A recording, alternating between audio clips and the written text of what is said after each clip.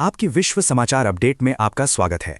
रूस के राष्ट्रपति व्लादिमीर पुतिन ने 19 दिसंबर को चेतावनी दी कि बाल्टिक सागर तट पर स्थित रूस के कालिनिनग्राद को ब्लॉक करने का कोई भी प्रयास एक अभूतपूर्व वृद्धि को जन्म देगा और एक बड़े सशस्त्र संघर्ष में बदल सकता है।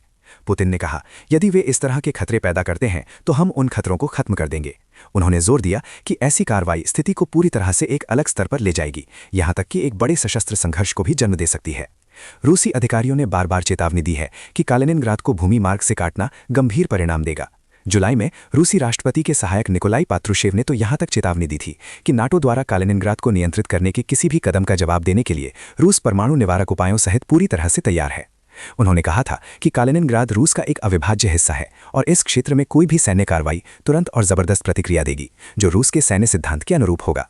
इसके विपरीत कुछ पश्चिमी नेताओं और अमेरिकी सेना के कमांडर जनरल क्रिस स्टोनह्यू ने पहले नाटो बलों द्वारा कालिनिनग्राद पर नियंत्रण हासिल करने की संभावना पर बात की थी, यदि स्थिति इसकी मांग करती है।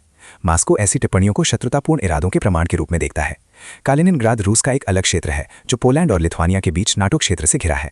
ये रणनीतिक क्षेत्र रूस के बाकी हिस्सों से जुड़ने के लिए लिथुआनिया से होकर गुजरने वाले मार्गों पर निर्भर करता है। इसे यूरोप के सबसे अधिक सैनिकृत क्षेत्रों में से एक और नाटो तथा रूस के बीच तनाव में एक संभावित हॉटस्पॉट माना जाता है।